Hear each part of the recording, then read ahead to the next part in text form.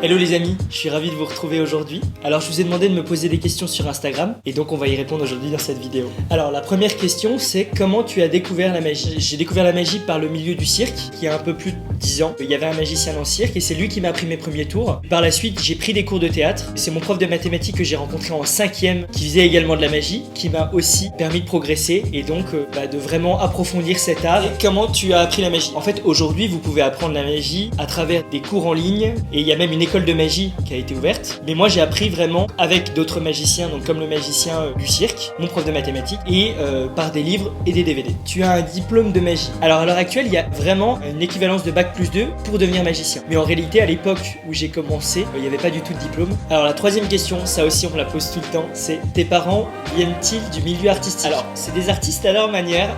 En réalité pas particulièrement, dans le sens où mes parents sont pas du tout dans le milieu artistique, pas du tout. Il y a quand même un mec qui m'a demandé est-ce que tu peux faire disparaître ma femme?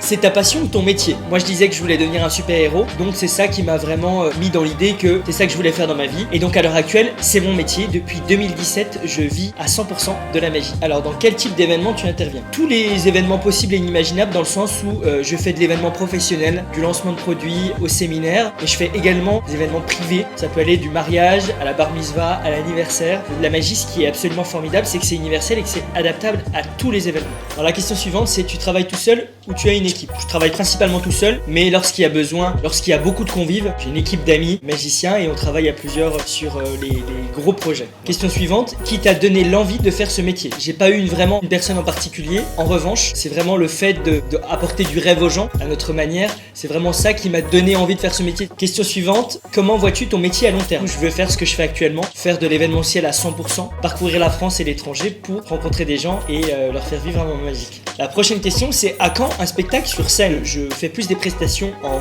ce qu'on appelle en close-up, c'est-à-dire des prestations de proximité, mais j'ai un projet d'avoir un spectacle sur scène que je développe chez moi intérieurement et puis j'espère pouvoir le mettre en œuvre un jour. Question suivante, qu'est-ce qui t'a fait aimer la magie? Ce que j'aime par-dessus tout avec la magie, c'est que c'est absolument universel en termes de catégorie sociale, de culture, de pays et même d'âge. Tu arrives dans un groupe et vraiment la magie permet de briser la glace avec les gens. Quelle huile pour ces jolies boucles d'or.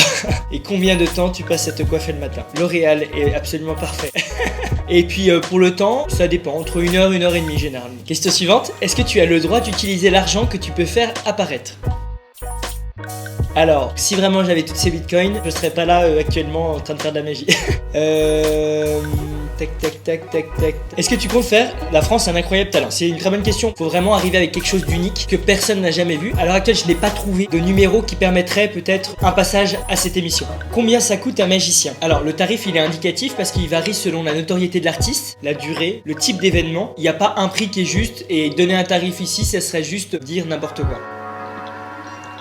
Ok, question suivante, est-ce que la magie permet de draguer? La réponse est non. C'est très important de ne jamais mélanger les deux. Quand on est là pour travailler, on travaille. Le reste après c'est du perso, donc ça ne rentre pas dans la magie. Alors la question suivante c'est quel super pouvoir aurais-tu rêvé d'avoir? Je pense que c'est la téléportation. Franchement c'est peut-être l'un des tours que j'ai le plus envie de créer, c'est de pouvoir me téléporter. Question suivante, c'est quoi pour toi un bon magicien? Je pense qu'un magicien c'est quelqu'un qui fait rêver les gens sans faire de la magie. C'est une personne qui met des étoiles dans les yeux aux gens qui croisent. C'est un tout en fait, hein. C'est vraiment l'apparence, la prestation et le show. Alors question très intéressante également, est-ce que l'hypnose ça marche vraiment? L'hypnose c'est un état dans lequel on est tous 7 à 10 fois par jour et c'est un état dont on a besoin, c'est un peu notre soupape de sécurité à nous. Donc oui, ça marche vraiment dans le sens où tout le monde est réceptif à l'hypnose mais à des degrés différents. Je ne suis pas du tout personnellement dans l'hypnose où on fait faire n'importe quoi aux gens, où on ridiculise les gens. Une hypnose bienveillante, c'est vraiment ce que je prône à 100%, où les gens repartent avec un souvenir absolument incroyable, comme rencontrer leur idole, leur star préférée et leur faire réaliser leurs rêves. Alors la dernière question c'est tu peux nous faire un tour? Évidemment, comme par hasard. Et ben je crois que c'est le moment. Alors les amis, je vous ai prévu un tour avec 2 billets de banque parce que je sais que les tours avec les billets ça plaît toujours. Et je vais vous montrer comment on peut faire un billet de 500 € avec un billet de 10 et un billet de 50. Je vous montre. Approchez-vous les amis.